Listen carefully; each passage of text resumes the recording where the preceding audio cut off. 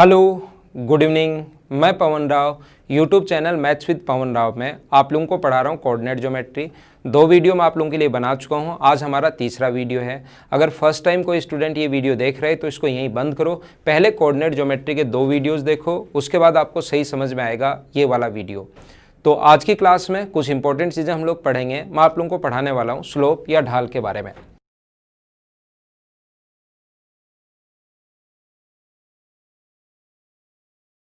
और ध्यान रखना, जैसा मैंने आप लोगों को बताया है स्लोप या ढाल के बारे में, ध्यान रखना पहले हम लोग पढ़ेंगे जो भी मतलब ये स्लोप या ढाल होता क्या है और फिर मैथ्स में कैसे यूज होता है, उस चीज़ को हम लोग कोऑर्डिनेट ज्योमेट्री में कैसे यूज होता है उस चीज़ को हम लोग समझेंगे। तो आइए समझते हैं ढाल या स्लोप। ये जैसे आप लोगों को पता है ढाल या स्लोप का मतलब, मान लो आप लोग ऊपर की तरफ तो ये 10 मीटर है और ये सिर्फ यहाँ से यहाँ तक 1 मीटर है, और इसको इससे अगर मिला दिया जाए, यहाँ से अगर इसको मिला दें हम लोग, तो ये जो अपने पास स्लोप है इसको हम लोग बोलते हैं स्लोप इसका। फिर से समझना, जैसे ये डायग्राम अपने पास ए है और दूसरा डायग्राम अपने पास बी इस प्रकार से है कि ये तो 10 मीटर है और ये सिर्फ 1 मीटर है, तो एक आप लोगों को ये अपने पास स्लोप है। स्लोप का मतलब दूरी पर डिपेंड नहीं करता, ध्यान रखना कि यहाँ से स्लोप शुरू हुआ यहाँ तक स्लोप गया तो ये दूरी ज़्यादा है तो स्लोप ज़्यादा होगा। स्लोप का मतलब होता है इस प्रकार से अपने पास यहाँ से यहाँ तक आप लोग ऊपर की तरफ कितना जा रहे हो, ये अपने पास स्लोप, इसका स्लोप ज़्यादा होगा और इसका स्लोप अपने पास कम होगा। अगर मैं पूछूँ ए डायग्राम है और बी डायग्राम है तो स्लोप किसका ज़्यादा है, तो आप लोग तुरंत बोलोगे स्लोप का मतलब जहाँ से ऊपर से कोई वस्तु रखो तो आप ये सोचोगे कौन से में जल्दी नीचे आएगी, उसी को हम लोग स्लोप बोलते हैं। वैसे आम बोलचाल में अगर हम लोग समझे तो आप लोग तुरंत बोलोगे कि स्लोप ए ज़्यादा है। तो स्लोप ए ज़्यादा क्यों है? स्लोप का मतलब होता है, ध्यान रखना, 2 चीज़ों पर डिपेंड करता है स्लोप। किस किस पर? एक तो जितना आप लोग ऊपर उठे, यहाँ से यहाँ तक ऊपर जितना उठे और यहाँ से यहाँ तक आगे की तरफ कितना चले, इन 2 चीज़ों पर डिपेंड करता है स्लोप। और ये अपने पास परपेंडिकुलर है, ये अपने पास बेस है। परपेंडिकुलर और हाइपोटेनस बताओ क्या होता है? ये अपने पास परपेंडिकुलर है। 2 चीज़ों पर स्लोप डिपेंड करेगा, जितना आप लोग ऊपर उठ रहे हो, जितना आप लोग आगे की तरफ चल रहे हो। और मुझे बताओ परपेंडिकुलर अपॉन बेस, ये रेशियो परपेंडिकुलर और बेस का रेशियो किस में होता है? tan थीटा में होता है। अब आप लोगों को लगेगा कि जितना ज़्यादा अगर ऊपर उठोगे और आगे की तरफ कम चलोगे तो स्लोप ज़्यादा होगा। ऊपर की तरफ अगर आप लोग कम उठे और आगे की तरफ अगर आप लोग ज़्यादा चलोगे तो स्लोप कम होगा। तो हमें ये सीधी सीधी बात समझ में आ रही है कि ऊपर की तरफ अगर ज़्यादा चले और आगे की तरफ अगर कम चले तो स्लोप ज़्यादा होगा, मतलब ये वैल्यू ऊपर रखनी है और ये वैल्यू नीचे रखनी है। और परपेंडिकुलर और बेस का जो रेशियो होता है वो आप लोगों को पता होगा tan थीटा में होता है। तो ये हम लोग लेते हैं स्लोप, ढाल या tan थीटा, ये बात आप लोग ध्यान रखना। तो ये अपने पास स्लोप का मतलब क्या होता है? स्लोप का मतलब होता है rise upon run. Rise upon run का मतलब जितना आप लोग, इसको हम लोग बोलते हैं जितना आप लोग ऊपर उठे राइज, जितना आप लोग आगे की तरफ चले उसको हम लोग बोलेंगे रन। अब आप लोग मुझे बताइए, हम लोग पढ़ रहे हैं क्योंकि कोऑर्डिनेट ज्योमेट्री, हम लोग क्या पढ़ रहे हैं? कोऑर्डिनेट ज्योमेट्री पढ़ रहे हैं, हम लोग निर्देशांक ज्यामिति पढ़ रहे हैं। तो निर्देशांक ज्यामिति में आप लोगों को ये बात पता होगी, एक अगर अपने पास एक्स एक्सिस है और दूसरा अपने पास वाई एक्सिस अगर है, तो ऊपर की तरफ अगर आप लोग उठ रहे हो कभी भी, इसका मतलब चेंज किस में हो रहा है? Change in y. और आगे की तरफ अगर आप लोग चल रहे हो तो चेंज किस में हो रहा है? एक्स में, यानी कि चेंज इन एक्स। तो ये बात ध्यान रखना, change in y upon change in x, या इसको आप लोग ऐसे भी लिख सकते हो, चेंज इन वाई को आप लोग इस फॉर्म में भी लिख सकते हो, डेल्टा वाई को आप लोग ये भी लिख सकते हो, y2 minus y1 upon x2 minus x1। तो ध्यान रखना, ये अपने पास होता है स्लोप या ढाल। स्लोप या ढाल का मतलब होता है अक्ष एक्सिस से धनात्मक दिशा में बनाया गया कोण। ध्यान रखना, किसी भी क्वाड्रेंट में अगर कोई बोले कि 40 डिग्री का कोण बनाना है तो फर्स्ट क्वाड्रेंट में बनेगा, कोई कहे 120 डिग्री का कोण बनाना है तो सेकंड क्वाड्रेंट में बनेगा। अगर कोई कहे कि -30 डिग्री का कोण बनाना है तो -30 डिग्री का कोण अगर कभी कहे तो -30 डिग्री का कोण इस क्वाड्रेंट में बनता है, फोर्थ क्वाड्रेंट में। तो जब भी पॉजिटिव एंगल लेना आपको कभी भी है तो एंटी क्लॉकवाइज हम लोग लेकर चलते हैं, कभी भी नेगेटिव एंगल अगर लेना है तो फिर आप लोग क्लॉकवाइज चलोगे, ये बात ध्यान रखना।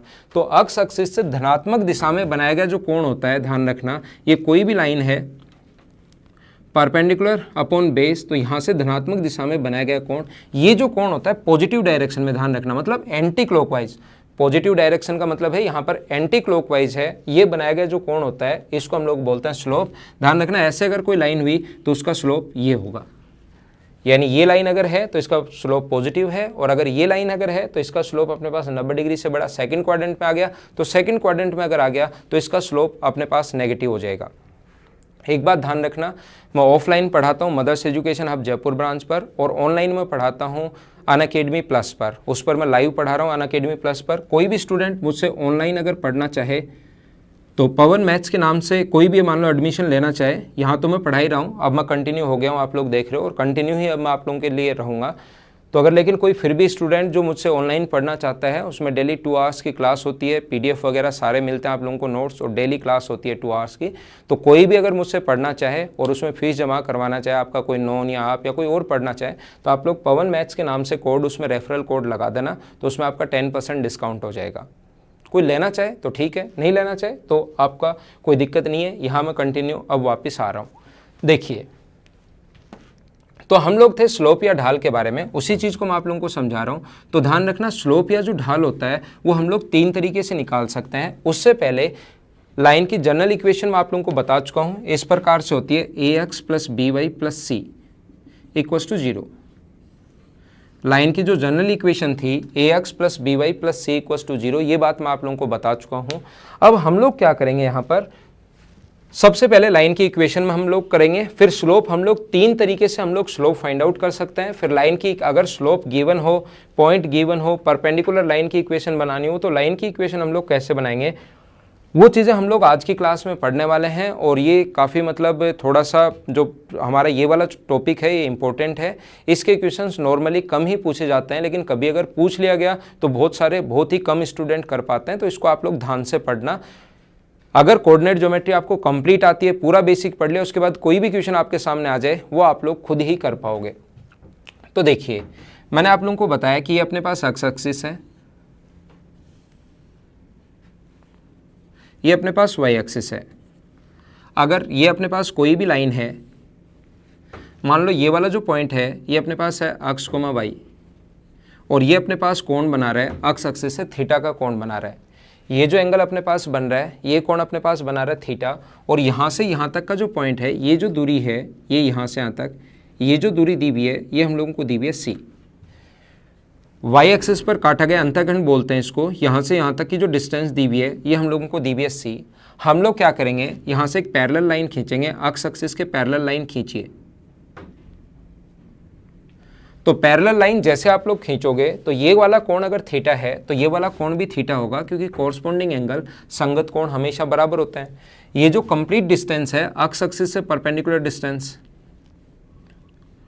अक्स एक्सिस से परपेंडिकुलर डिस्टेंस बहुत इंपॉर्टेंट पॉइंट मैं समझा रहा हूँ, और ये स्लोप में बहुत ज़्यादा जगह काम में आएगा। इस बात को आप लोग ध्यान रखना, स्लोप में बहुत सारी जगह काम में आएगा। तो अक्स एक्सिस से परपेंडिकुलर डिस्टेंस होता है वाई, तो एक कंप्लीट जो दूरी होगी वो अपने पास होगी वाई, लेकिन नीचे वाली जो डिस्टेंस है वो अपने पास सी है, तो ऊपर वाला बचा अपने पास वाई माइनस सी। और अक्स एक्सिस से परपेंडिकुलर डिस्टेंस जो होगी वाई एक्सिस से परपेंडिकुलर डिस्टेंस, ये एक्स आंसर होता है, तो ये अपने पास आ जाएगा एक्स। तो हम लोग लिख सकते हैं टेन थीटा। टेन थीटा को ध्यान रखना, जो अपने पास थीटा होता है टेन थीटा, या स्लोप या ढाल या ग्रेडियंट, इसको हम लोग एम से डिनोट करते हैं। जो स्लोप होता है उसको हम लोग एम से दिखाते हैं। तो एम टेन थीटा बराबर अपने पास होगा परपेंडिकुलर अपॉन बेस। यहाँ पर टेन थीटा ध्यान रखना, टेन थीटा को हम लोग एम से डिनोट कर रहे हैं, ग्रेडियंट या ढाल इनको हम लोग एम से डिनोट कर रहे हैं बार बार टेन थीटा लिखने के बजाय। तो टेन थीटा की जगह Y minus C upon x.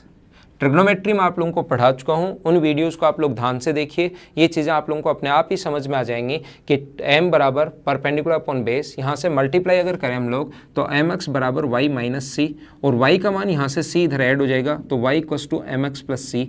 ये अपने पास लाइन का स्लोप फॉर्म है। एक तो लाइन की जनरल इक्वेशन थी जो मैंने पिछली क्लास में बताया था, पिछले से पिछले क्लास में, उस चीज़ को आप लोग ध्यान रखना। और ये तो दूसरी अपने पास इक्वेशन है, स्लोप फॉर्म होती है y equals to mx plus C. यहाँ c कांस्टेंट था, इस c में और इस c में डिफरेंस है, ये बात आप लोग ध्यान रखना। यहाँ पर जो c होता है, या इसको b या कुछ और मान लो, इसको जो भी मान लो, ये होता है y एक्सिस पर लाइन द्वारा काटा गया अंतःखंड होता है, ये बात आप लोग ध्यान रखना। ये जो अपने पास है y equals to mx plus C, C जो है वो y एक्सिस पर काटा गया अंतःखंड है, ये बात आप लोग ध्यान रखना। जैसे कोई कहे कि स्लोप इसका 1 है, कोई बोले कि स्लोप इसका 1 है और इस पर काटा गया जो अंतःखंड है y एक्सिस पर काटा गया अंतःखंड 4 है, तो उस लाइन की इक्वेशन बताओ। तो लाइन की equation y equals to mx plus C. तो तो आप लोग m की जगह तो 1 रखोगे, y equals to x plus 4, ये उस लाइन की इक्वेशन आ गई। c यहाँ पर 4 होगा, ये चीज़ आप लोग ध्यान रखना। अगर ये 4 दिया हुआ है और लाइन की इक्वेशन कभी कभार हम लोगों से पूछी जा सकती है, तो ये अपने पास लाइन की इक्वेशन है, ये बात आप लोग ध्यान रखना, इस चीज़ को ध्यान रखना। लाइन की इक्वेशन है स्लोप फॉर्म में y equals to mx plus c। देखो अब आप लोग इस चीज़ को समझने की कोशिश करना, इस पॉइंट को आप लोग समझना कि कभी भी अगर अपने पास लाइन की जो इक्वेशन है, कोई भी स्लोप जो है, हम लोग 3 तरीके से स्लोप फाइंड आउट कर सकते हैं। क्या गिवन है उस पर डिपेंड करेगा, स्लोप जो है क्या गिवन है उस पर डिपेंड करेगा। स्लोप 3 तरीके से हम लोग निकाल सकते हैं। स्लोप अगर tan थीटा गिवन है तो स्लोप का फॉर्मूला होगा, अगर थीटा गिवन है, जैसे एक एग्जांपल से साथ साथ बताते चलता हूँ, जैसे ये कोण 60 डिग्री है तो स्लोप क्या होगा, पहला पॉइंट, तो स्लोप पहला होता है tan थीटा, तो m बराबर tan 60, और tan 60 की जो वैल्यू होगी वो होगी अपने पास √3, तो m का मान आ गया √3। दूसरा स्लोप ऐसे हम लोग निकाल सकते हैं, अगर 2 पॉइंट कभी भी गिवन है तो m बराबर अपने पास change in y upon change in x, ये मैं आप लोगों को समझा चुका हूँ। ये अपने पास दूसरा तरीका होता है स्लोप निकालने का। ये कब लगाना है, ये कब लगाना है, जब एंगल दिया हो। स्लोप 3 तरीके से आप फाइंड आउट कर सकते हो, और स्लोप आपको बार बार फाइंड आउट करना ही करना पड़ेगा। तो एक तो जब एंगल दिया हुआ है तब, एक आपको अगर कभी भी ये y2 minus y1 upon 2 point दिए हुए हैं, जैसे एक कहे वो 4,3 है और एक पॉइंट कहे 5,7 है, और कहे कि स्लोप बताओ, तो 7 में से 3 माइनस करोगे तो अपने पास 4, और 5 में से 4 माइनस करोगे 1, तो ये अपने पास स्लोप आ गया। ये बात आप लोग ध्यान रखना। कुछ लोग सोचेंगे कि सर क्या इसी को x2 y2, इसी को y1 y2 ऐसा मानना है क्या? नहीं, आप लोग किसी भी एक को x1 y1 मानो, दूसरे को x2 y2 मानो, किसी को भी पहले को भी मान सकते हो। 3 में से 7 माइनस करोगे तो -4, लेकिन 4 में से 5 माइनस करोगे तो -1, माइनस से माइनस कट जाएगा, आंसर वही आना है। तरीके बदलने से आंसर नहीं बदलता है। ये दूसरा आप लोग पहला स्लोप ऐसे फाइंड आउट कर सकते हो। दूसरा स्लोप जब आपको 2 पॉइंट्स गिवन हो तब आप लोग फाइंड आउट कर सकते हो। और तीसरा जो स्लोप है आप लोग तब फाइंड आउट कर सकते हो तीसरे तरीके से, आप लोग इससे कंपेयर करके y equals to mx plus c से कंपेयर करके। ये कब लगाना है, किसी भी लाइन की जनरल इक्वेशन दी हुई है ax plus by plus c equals to 0, तो ध्यान रखना हम लोग यहाँ पर लिख सकते हैं by equals to -ax minus c, और ये उधर जाएगा तो y बराबर -a/bx माइनस c/b। तो अपने पास जो स्लोप हुआ इसको अगर कंपेयर करें हम लोग, इसके साथ इसको कंपेयर करें तो स्लोप होगा -a/b। अपने पास स्लोप होगा -a/b। जब भी लाइन की जनरल इक्वेशन होती है तो अपने पास स्लोप होगा -a/b। मैं आपको क्या समझाना चाह रहा हूँ, मैं आपको ये समझाना चाह रहा हूँ 2x plus 3y plus 4 equals to 0। और कोई कहे कि इसका स्लोप बताओ, इस लाइन की स्लोप अगर कोई कहे तो लाइन का जो स्लोप होगा -a/b -2/3, ये अपना आंसर होगा। तो कभी भी ऐसा क्वेश्चन आ जाए तो अपने पास -a/b लाइन का स्लोप होगा, ये बात आप लोग ध्यान रखना। लाइन की जनरल इक्वेशन आ जाए तो, इक्वेशन आ जाए तो ऐसे हम लोग निकाल लेंगे, कभी भी अगर एंगल आ जाए तो ऐसे निकाल लेंगे, कभी भी 2 पॉइंट आ जाए तो हम लोग इस प्रकार से निकालेंगे।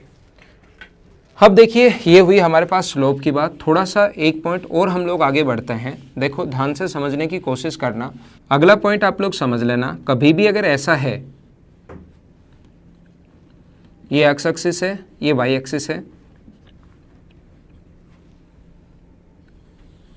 एक लाइन ऐसे है जिसका ये कोण मान लो थीटा है, और ये दूसरी लाइन अपने पास ये है, या थीटा या इसको अल्फा मान लो आप लोग, ये कोण अपने पास अल्फा मान लो, बीटा मान लो, जो आपकी मर्जी आए, बीटा मान लो। जैसे ये दोनों लाइन है, इसके बीच कोण थीटा, और स्लोप का मतलब होता है धनात्मक दिशा में बनाया गया कोण, ये चीज़ ध्यान रखना। और धनात्मक दिशा का मतलब एंटी क्लॉकवाइज जो कोण बनाते हैं उसको हम लोग बोलते हैं स्लोप या ढाल, ये चीज़ आप लोग ध्यान रखना।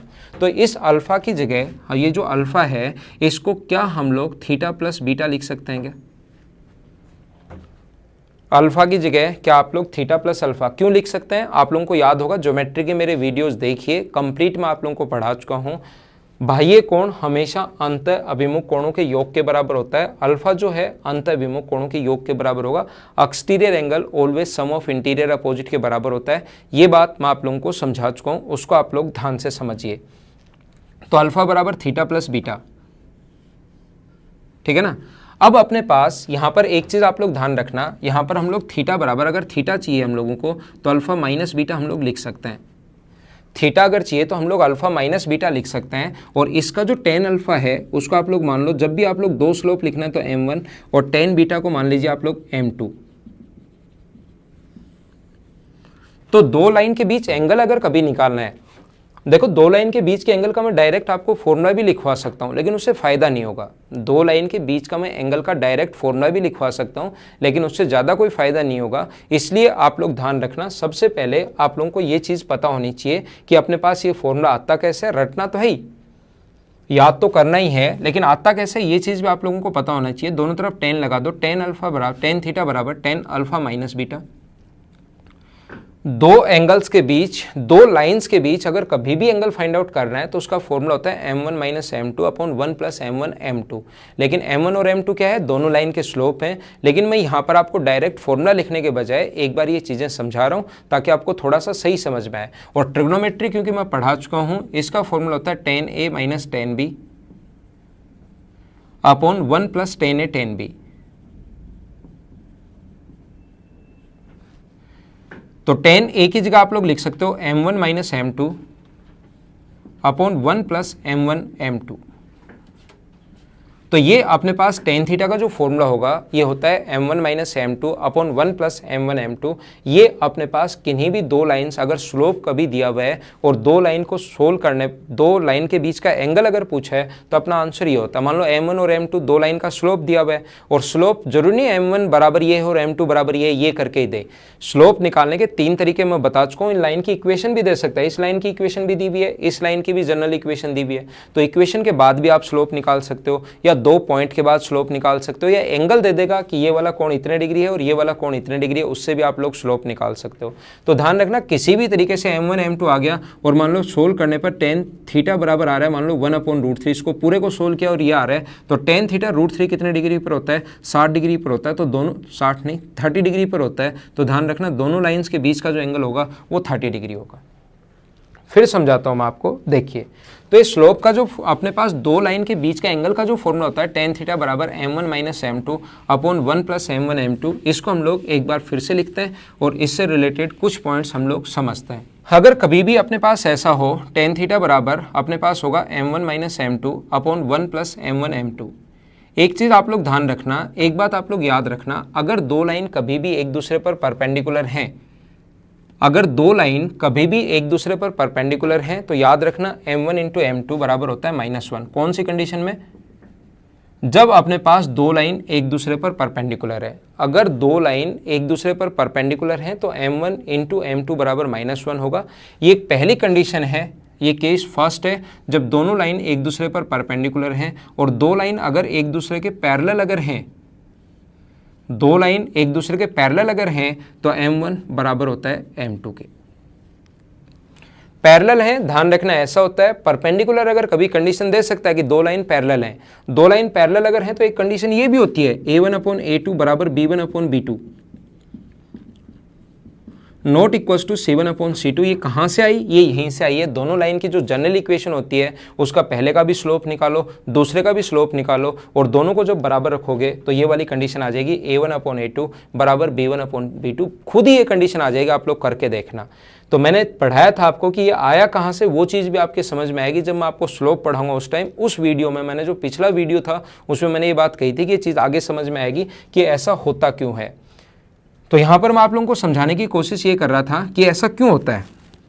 ये दो केस स्पेशल केस हैं जो आप लोगों को याद रखने चाहिए। दोनों के स्लोप में अगर परपेंडिकुलर अगर है तो स्लोप m1 इंटू m2, अगर दो लाइन परपेंडिकुलर हैं और उनका स्लोप का मल्टीप्लिकेशन हमेशा -1 होता है, ध्यान रखना।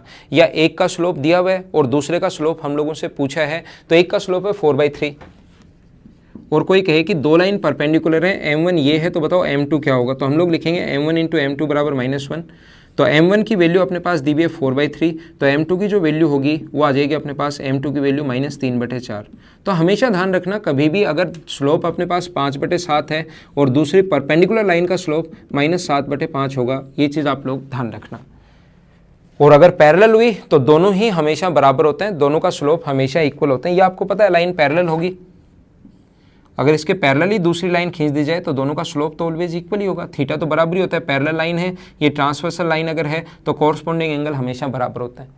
ये हमें पता होना ही चाहिए कि दो लाइन अगर पैरेलल हैं कभी भी तो उनका स्लोप हमेशा और हमेशा बराबर होता है। ये बात आप लोग ध्यान रखना। एक चीज़ और इसके साथ ही आप लोग सीख लेना, पहले मैं इन पॉइंट्स को समझा रहा हूँ, फिर एक पॉइंट और मैं बता देता हूँ क्यों होता है ऐसा, पहले ये मैं बता देता हूँ। ध्यान रखना, अगर दोनों लाइन एक दूसरे पर परपेंडिकुलर हैं तो टेन थीटा का मान होगा 90। ऐसा होता क्यों है वो चीज़ मैं आप लोगों को पढ़ा रहा हूँ। टेन थीटा जो होता है अपने पास 90 होगा, और मुझे बताइए ये अगर 90 डिग्री आ गया तो टेन 90 पर ये इन्फाइनाइट होता है।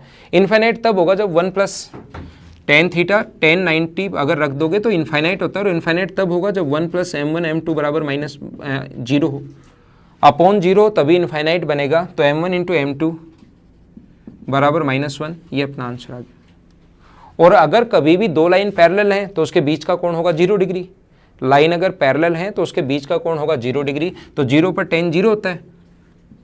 टेन थीटा बराबर आपने पास m1 minus m2 upon 1 plus m1 m2। अगर हम लोग m1 m2 अगर हम लोग इसकी वैल्यू 0 रख दें तो हमें पता है ये पूरा 0 हो जाएगा, ये इंटू हो गया 0, तो 0 बराबर आ गया m1 माइनस m2, तो m1 बराबर क्या आ गया अपने पास m2। तो हमेशा ये बात आप लोग ध्यान रखना, इस चीज़ को हमेशा ही याद रखना।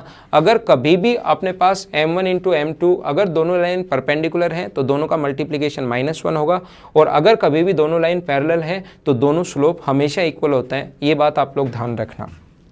देखो याद रखना, अगर अपने पास कभी भी यहाँ पर हमें पता है कि स्लोप का जो फॉर्मूला होता है वो change in y upon change in x, rise upon run coordinate geometry का मतलब होता है राइज ऊपर उठे, मतलब change in y upon change in x। ध्यान रखना, कोई भी लाइन अगर y एक्सिस के पैरेलल है, कोई भी लाइन, ये y एक्सिस था, ये x एक्सिस है, कोई भी लाइन जो अपने पास y एक्सिस के पैरेलल अगर है तो उसका स्लोप जो होता है वो ध्यान रखना इनफाइनाइट होता है। कोई भी लाइन अगर y एक्सिस के पैरेलल है तो इसका स्लोप इनफाइनाइट क्यों होता है, क्योंकि आप लोग ऊपर तो उठते जा रहे हो, ऊपर की तरफ तो जाते जा रहे हो, उठते जा रहे हो, और आगे तो 0 चल रहे हो, तो चेंज इन y तो है, चेंज इन x अपने पास 0 है। तो ध्यान रखना, अपने पास अगर कोई भी लाइन y एक्सिस के पैरेलल है, इस लाइन को आप लोग लिख सकते हो, कोई भी लाइन अगर y एक्सिस के पैरेलल है तो उसका स्लोप होता है इनफाइनाइट, और कोई भी लाइन अगर x एक्सिस के पैरेलल है, x एक्सिस के पैरेलल अगर है तो इसका स्लोप जो होता है वो होता है 0। अब 0 क्यों होता है, क्योंकि अपने पास x एक्सिस के पैरेलल लाइन अगर है तो इसमें x का तो मान चेंज होता जा रहा है। यहाँ -3 था, यहाँ -2, -1, 0, 1, 2, 3, 4, 5, ऐसे x एक्सिस में तो चेंज हो रहा है, लेकिन चेंज इन y तो 0 है, y में चेंज हो ही नहीं रहा। तो अपने पास x में कुछ भी चेंज हो, अपने पास ऊपर अगर 0 है तब तो 0 ही आना है।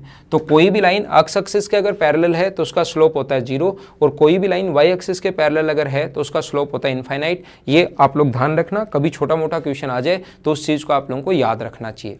मैं फिर आप लोगों को बार बार एक ही पॉइंट बताता हूँ, आप लोग एक बार इसका पूरा बेसिक आप लोग पढ़ लीजिए। कंप्लीट बेसिक अगर आप लोग पढ़ लोगे उसके बाद आपका डर खत्म हो जाएगा चीज़ों से, आपका कॉन्फिडेंस भी बढ़ेगा, और आप लोग बिल्कुल इन चीज़ों से डरना बंद कर दोगे। आप लोग देखिए, मैं समझाना चाह रहा हूँ आप लोगों को कि अगर कभी भी अपने पास, अब line of equation of A line हम लोग पढ़ रहे हैं कि किन्हीं भी लाइन की इक्वेशन अगर चाहिए कभी बनानी पड़े आपको, नॉर्मली ये क्वेश्चंस नहीं आते हैं एसएससी में, तो नॉर्मली नहीं आते, सीडीएस वगैरह में कभी कभार पूछ सकता है, कभी कभार नहीं पूछे गए हैं। और इस चैनल से, मेरे चैनल से आप लोग दोनों ही चीज़ें पढ़ सकते हो, एसएससी और सीडीएस दोनों के ही स्टूडेंट को फ़ायदा होगा, दोनों लोग इस चैनल से पढ़ सकते हैं। तो कभी भी अपने पास ध्यान रखना, लाइन की जो इक्वेशन होती है y minus y1 into m x minus x1, एक कोई भी लाइन की इक्वेशन अगर बनाने तो एक ऐसा हम लोग एक ऐसा पॉइंट ले लेते हैं जो उस लाइन पर कंप्लीट चेंज होता रहता है, एक पॉइंट फिक्स ले लेते हैं। स्लोप का फॉर्मूला हमें याद है y2 minus y1 upon x2 minus x1, यही होता है। एक पॉइंट ऐसा ले लिया जो अपने पास चलता रहे, वेरिएबल हो, चलता रहे, और एक पॉइंट हम लोगों ने फिक्स ले लिया है। तो ये अपने पास लाइन की इक्वेशन तब होती है जब स्लोप, एक तो स्लोप हमें गिवन हो और एक अपने पास एक पॉइंट गिवन हो x1 y1।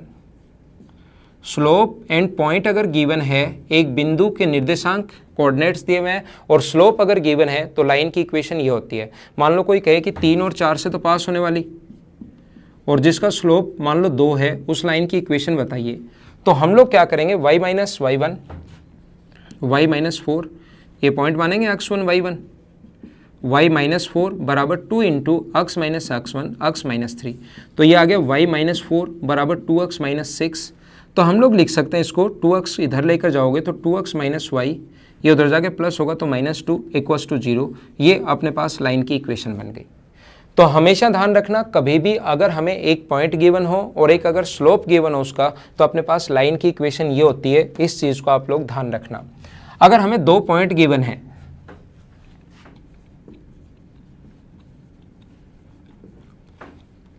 दो पॉइंट्स गिवन है, x1 y1 और x2 y2। ये 2 पॉइंट अगर गिवन है कभी भी, मैं इसको हटा देता हूं।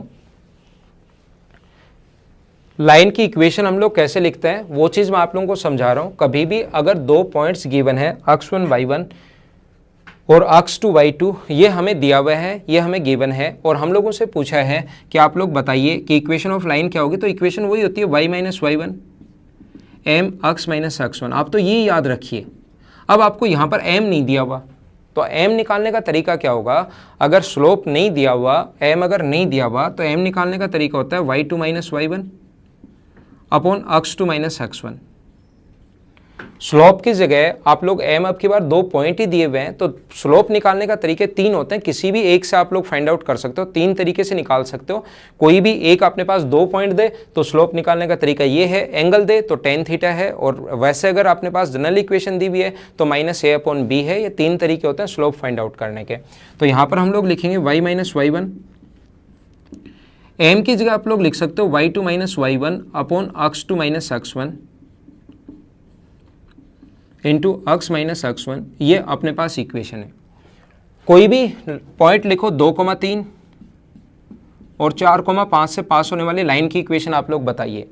2,3 कोई भी इक्वेशन ऐसे जो मर्जी आप खुद लिख लो, जरूरी नहीं यही, जो मर्जी आप लोग खुद लिख लो। तो आप लोग ध्यान रखना, यहाँ पर इसको मान लेते हैं हम लोग x1 y1 और इसको मान लेते हैं हम लोग x2 y2। तो अपने पास इक्वेशन जो होगी वो होगी y माइनस y1 यानी y माइनस 3, फिर y2 माइनस y1, 5 में से 3 माइनस करोगे तो 2 और 4 में से 2 माइनस करोगे तो 2 और x minus x1 x minus 2। तो ये आ गया y माइनस 3 बराबर, ये तो कट गया x माइनस 2, तो ये आ गया x minus y plus 1 equals to 0। उस लाइन की इक्वेशन ये है। अब कुछ लोगों को ऐसा लग सकता है कि आप ये बताइए कि ये x1 y1 और ये अपने पास x2 y2 मान लें तो क्या होगा। अगर ऐसा लगे तो ध्यान रखना, किसी भी पॉइंट को आप लोग पहले मान सकते हो। इसको आप लोग x1 y1 मान लो, इसको x2 y2 मान लो, अपने पास आंसर सेम ही आना है। तो लाइन की इक्वेशन ये भी y माइनस y1, m की जगह आप लोग ये रख देना, तो ये बन जाएगी। तब होती है जब अपने पास 2 पॉइंट अगर गिवन हो। मैं फिर समझा रहा हूँ, मैं आप लोगों को ये समझाना चाह रहा हूँ, आप घबराना मत। कोई भी क्वेश्चन करते टाइम आप लोग कभी कभार ये सोच लेते हो कि सर हम लोग अगर इसको x1 y1 मान ले तो क्या गलती होगी। कोई गलती नहीं होगी। इसको x1 y1 मान लो और इसको x2 y2 मान लो, सोल्व करोगे तो आंसर अपने पास सेम आना है। तो y माइनस y1 तो y माइनस 5 बराबर x, ध्यान रखना ये x2 y2 ये मान चुके हो। अब 3 में से 5 माइनस करोगे तो -2 और 2 में से 4 माइनस करेंगे तो -2 और x माइनस x1 ये माना है तो ये आ जाएगा 4, ये तो कट जाएगा। y माइनस 5 बराबर x minus 4, x minus y plus 1 equals to 0। ये अपना आंसर है। तो मैं आपको यही समझाना चाह रहा हूँ, यही मैं आप लोगों को बताना चाह रहा हूँ कि तरीके बदलने से कभी भी आंसर नहीं बदलते हैं। ये बात आप लोग ध्यान रखना, तरीका बदलोगे आंसर कभी नहीं बदलता। अगला क्वेश्चन मैं आप लोगों को समझाता हूँ। नेक्स्ट पॉइंट देखिए आप लोग, अगर कोई भी लाइन अगर x एक्सिस को काटे a पर, जैसे ये दूरी a है, ये पॉइंट a, 0 है और ये पॉइंट 0, b है, यानी y को काटे यहाँ से यहाँ तक की दूरी मान लो b है। हो सकता है 3 हो या 4 हो। तो लाइन का जो फॉर्मूला होता है अपने पास वो होगा x upon a plus y upon b equals to 1। हमेशा ध्यान रखना, अगर x एक्सिस को काटे a पर और y एक्सिस को काटे अगर b पर, और ये इंपॉर्टेंट है, इसको हम लोग काफ़ी जगह काम में लेंगे जहाँ ट्रायंगल के फॉर्मूले हमारे पास दिए हुए हैं। हम लोग इस चीज़ को काफ़ी जगह काम में लेंगे जहाँ ट्रायंगल के फॉर्मूले हमें गिवन होंगे, तो उसको हम लोग कैसे, ट्रायंगल अपने पास लाइन दी भी होगी और फिर x एक्सिस से y एक्सिस से और एक लाइन से बने ट्रायंगल का एरिया बताइए, तो उसमें इस लाइन को ड्रॉ करने के लिए हम लोग काफ़ी जगह काम में लेंगे। पहले मैं ये समझा रहा हूँ कि आया कैसे। 2 पॉइंट हमें गिवन है, फिर मैं एक एग्जाम्पल ले लूँगा यूँ ही खुद ही लिख कर। 2 पॉइंट हमें गिवन है, ये वाला और ये वाला गिवन है, तो अपने पास y माइनस y1, इसको x1 y1 मानो तो 0, किसी को भी मान सकते हो। मैंने पिछले क्वेश्चन में बता चुका हूँ, किसी को x1 y1 आप लोग मान सकते हो। बराबर अपने पास ये b में से 0 माइनस करोगे तो b और इसमें से माइनस करोगे तो माइनस है, y2 minus y1 upon x2 minus x1, इसमें से माइनस करोगे तो माइनस है, और x माइनस a ये आ गया। तो इधर गुना करोगे तो माइनस a बाई ये 0 हो गया बराबर bx माइनस ab। तो उधर जाके ऐड होगा तो ab बराबर bx प्लस ay। सभी जगह ab का भाग दे दो आप लोग, यहाँ भी यहाँ भी यहाँ भी। ab से अगर सभी जगह डिवाइड कर दोगे तो b से b कट जाएगा, 1 बराबर x upon a plus y upon b equals to 1। यही तो मैंने बताया था। मैं आपको ये समझाना चाह रहा हूँ या ये बताना चाह रहा हूँ, इसको आप लोग लिख लीजिए, स्क्रीनशॉट ले लो या इस चीज़ को आप लोग लिख लो, क्योंकि इतना मेरे पास टाइम नहीं है कि इसको मैं आप लोगों को लिखा हुआ दूँ, ऐसा कुछ नहीं है। तो इसको आप लोग लिख लीजिए ताकि जब आप वापस पढ़ो तो आपके सही समझ में आए। जो जनरल इक्वेशन अपने पास है वो जैसे यहाँ पर काटे वो 3 पर, ये 3,0 है, और यहाँ पर काटे 4 पर, तो तुरंत इक्वेशन लिख देंगे x upon 3 plus y upon 4 equals to 1, यानी 4x plus 3y equals to अपने पास होगा 12। ये लाइन की इक्वेशन आ गई अपने पास। अब हम लोग इसको उल्टा काम में लेंगे। इसको उल्टा काम में कैसे लेंगे कि कहीं भी कोई लाइन की इक्वेशन है 2x plus 3y minus 6 equals to 0, तो हम लोग इसको इसके साथ कंपेयर करेंगे, जो ये था इसके साथ कंपेयर करवा देंगे। उस दिन भी मैंने बताया था कि इसको डायरेक्ट ही हम लोग लिखेंगे तो 6 को हम लोग आगे लेकर जाएंगे, तो इसको पहले ऐसे लिख सकते हैं,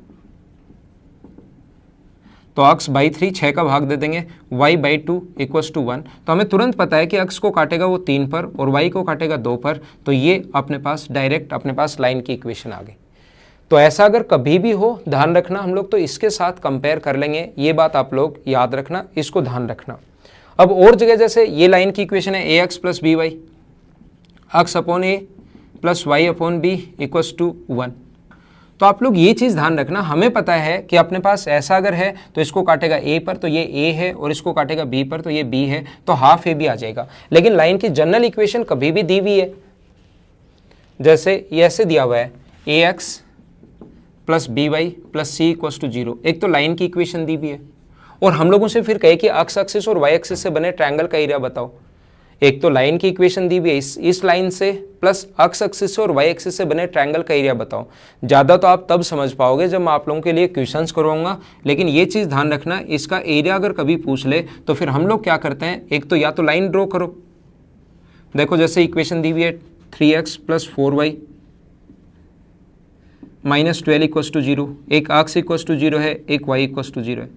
तो या तो आपके पास तरीका है, क्या तरीका आपके पास, कि आप लोग एक काम करो, इससे ये लाइन ड्रॉ करो, और लाइन ड्रॉ करने का तरीका मैंने समझाया था, हमेशा 2 पॉइंट चाहिए, एक तो आपके पास x, एक y, x और y, एक बार x की वैल्यू 0, एक बार y की वैल्यू 0।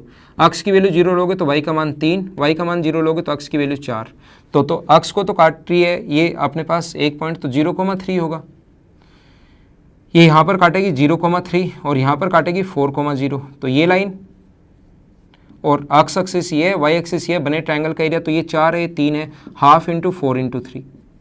या ऐसा क्वेश्चन, और एसएससी तो ऐसा क्वेश्चन ही पूछता है, सीडीएस तो नॉर्मली ऐसा क्वेश्चन नहीं पूछता, लेकिन एसएससी ऐसा क्वेश्चन ही पूछता है। तो ये क्वेश्चन अगर आप लोगों से पूछा जाए तो हमेशा ध्यान रखना, हम लोग क्या करते हैं, डायरेक्ट फॉर्मूला ही बना लेते हैं, और उस जैसे ये आया अपने पास 6, तो हम लोग डायरेक्ट फॉर्मूला ही बना लेंगे। डायरेक्ट फॉर्मूला क्या होता है अपने पास, half C square upon A B,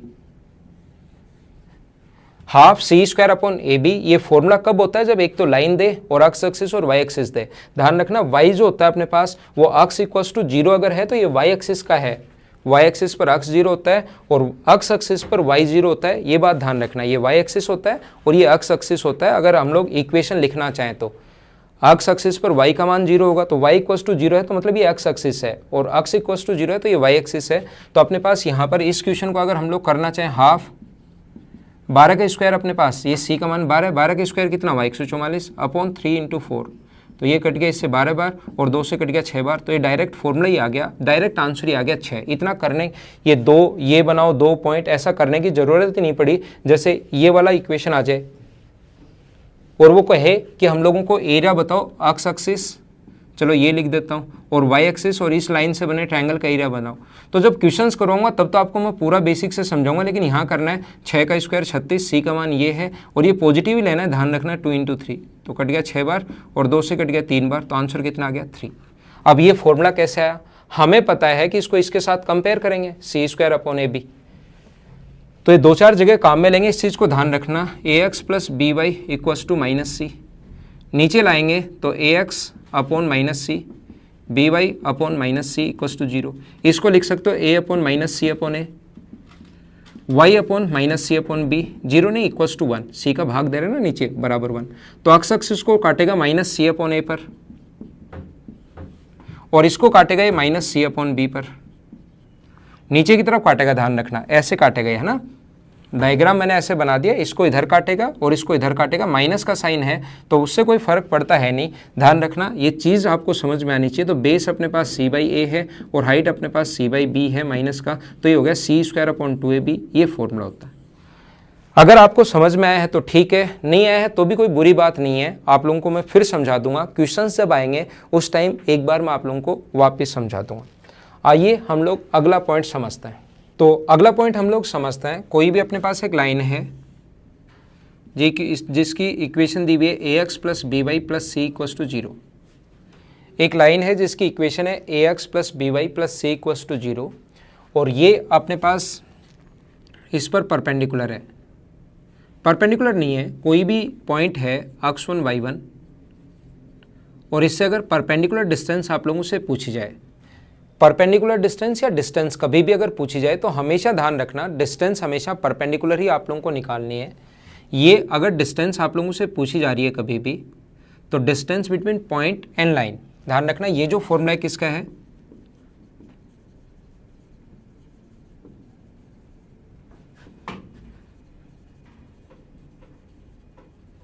distance between point and line, इसका जो फॉर्मूला होता है वो होता है a x1 plus b y1 plus c1 upon root में a square plus b square.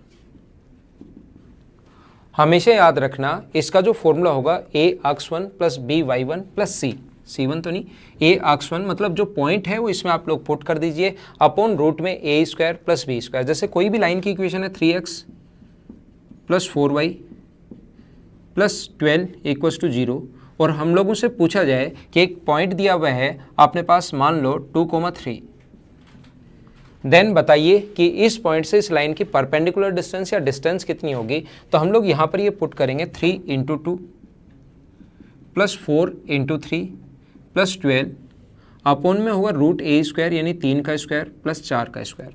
तो 3 गुना 2 6 12, 3 गुना 2 6, 4 गुना 3 12, 12 और 12 24, 24 में 6 अगर ऐड करोगे तो ये आया 30 और 30 को डिवाइड करोगे अगर 5 से तो अपना आंसर कितना आ जाएगा 6। तो अपने पास किसी भी लाइन को अगर कभी भी, ये बात ध्यान रखना, कोई भी अगर अपने पास लाइन और पॉइंट के बीच की डिस्टेंस पूछे तो ये फॉर्मूला होता है। अगर किसी भी स्टूडेंट को ये जानना है कि ये आया कैसे, कहाँ से आया, कैसे आया, हमेशा पॉजिटिव ही लेनी है, डिस्टेंस हमेशा पॉजिटिव ही लेनी है, इसलिए मैंने मोड लगाया। हमेशा ध्यान रखना अगर किसी को भी जानना है कि ये कैसे आया तो मैंने टेलीग्राम का लिंक नीचे दिया हुआ है, उसको आप लोग ज्वाइन कीजिए ताकि आप लोगों को सही तरीके से समझ में आए कि आया कैसे। टेलीग्राम का नीचे लिंक आपको गिवन है, उस पर आप लोग जाइए, उसको ज्वाइन करो। पहले तो मुझे कमेंट लिखना कि बताना है या नहीं बताना है, और अगर बताना है तो टेलीग्राम के लिंक पर फिर मैं डाल दूंगा आपको 1 या 2 दिन में, मुझे वो चीज़ बता देना और टेलीग्राम का जो लिंक है उसको आप लोग ज्वाइन कर लीजिए। देखो अगला जो क्वेश्चन अपने पास है, अगला जो पॉइंट है, क्वेश्चन नहीं मैं पॉइंट पढ़ा रहा हूँ। अपने पास कोई भी 2 लाइन दी हुई है a1x plus b1y plus c1 equals to 0 और दूसरी लाइन की इक्वेशन है a2x plus b2y plus c2। ये मान लो पैरेलल लाइन्स हैं। डिस्टेंस बिटवीन 2 पैरेलल लाइन, अगर कभी भी 2 रेखाओं के बीच की दूरी अगर निकालनी है, डिस्टेंस बिटवीन 2 पैरेलल लाइन्स अगर चाहिए तो फॉर्मूला होता है c1 minus c2 upon root में a square plus b square. Positive लेनी है, डिस्टेंस ऑलवेज पॉजिटिव लेनी है। जैसे अपने पास ऐसा हो 3x plus 4y plus 12 equals to 0 या मान लो 20 इक्वस टू 0 और दूसरा दिया हुआ है 6x plus 8y plus 12 equals to 0, ठीक है ना, या 10 इक्वस टू 0। अब एक बात ध्यान रखना, आप लोगों को लगेगा सर c1 माइनस c2 तो ठीक है, लेकिन a और b कौन सा रखूं, a और b तो यहाँ 2 हैं। तो ध्यान रखना, हमेशा ध्यान रखना, क्योंकि पैरेलल लाइंस में a1 अपॉन a2 बराबर b1 अपॉन b2 होता है, हमेशा दोनों समान अनुपात में होते हैं। तो कोई ना कोई, ये फॉर्मूला लगाने से पहले, ये लगाना कैसे वो चीज़ मैं बता रहा हूँ, कोई ना कोई हमेशा और हमेशा ऐसी संख्या होंगी जो इन दोनों को गुना करने पर, जैसे इसको 1 से गुना कर दें और इसको 2 से गुना कर दें। 1 से गुना करने का मतलब वही अगर रख लें तो ये 2 से गुना कर दें तो 6x + 8y + 20 = 40 = 0, और ये सेम रख लो या बोल दो कि 1 से गुना कर दिया +10 = 0। अब अपने पास a और b का मान सेम हो गया। समझ पा रहे हो ना क्यों लगाया मैंने? तो हमेशा ध्यान रखना, क्योंकि पैरेलल लाइन होंगी तो दोनों का रेशियो सेम होगा। सेम रेशियो होगा तो हमेशा कोई ऐसी संख्या होगी जिसको इससे गुना करने पर दोनों बराबर आ जाए। तो पहले बराबर करने के बाद ये फॉर्मूला लगाना है, ये बात आप लोग ध्यान रखना। तो C1 - C2 अपॉन रूट में a² यानी 6 का स्क्वायर + 8 का स्क्वायर, तो ऊपर तो बचा 30 और ये बचा 10, तो आंसर कितना आ गया? 3। ये अपना आंसर है। तो ये फॉर्मूला लगता कैसे वो तो मैंने सिखा दिया आपको, कैसे आया, कैसे प्रूव होता है। अगर आप लोगों को ये सीखना है तो आप लोग कमेंट बॉक्स में लिखना और मुझसे पूछना, मैं आप लोगों को टेलीग्राम के लिंक पर पूरा लिखकर और अच्छे से समझा कर दे दूंगा। तो आप लोग टेलीग्राम का लिंक ज्वाइन कर लीजिए, या फिर भी आपको समझ में नहीं आएगा तो मैं उस पर एक अलग से दोनों पर वीडियो बना दूंगा, 10 या 12 मिनट का वीडियो अलग से मैं बना दूंगा, तो आपको चीज़ें आसानी से समझ में आ जाएंगी। तो आज की क्लास में सिर्फ इतना ही। इससे अच्छी बात क्या हो सकती है कि आपको कंप्लीट सारा का सारा मटेरियल मिल रहा है ना, और सारा का सारा मतलब आपका बेसिक क्लियर हो रहा है, कैसे क्वेश्चंस बनते हैं, कैसे यूज़ करते हैं। मैं आपको इसमें मिरर इमेज वाले क्वेश्चंस भी करवाऊंगा, इस पर बेस्ड क्वेश्चंस आप जल्दी कैसे करोगे, फास्ट तरीके से कैसे करोगे, अप्रोच कैसे लगाओगे, वो सारी चीज़ें मैं आप लोगों को सिखाने वाला हूँ। लेकिन उससे पहले आप लोग वीडियो शेयर करते रहो, लाइक करते रहो और कमेंट करते रहो। आज की क्लास में सिर्फ इतना ही। Okay, thank you, bye bye, take care. कल शाम को मिलते हैं 6 बजे।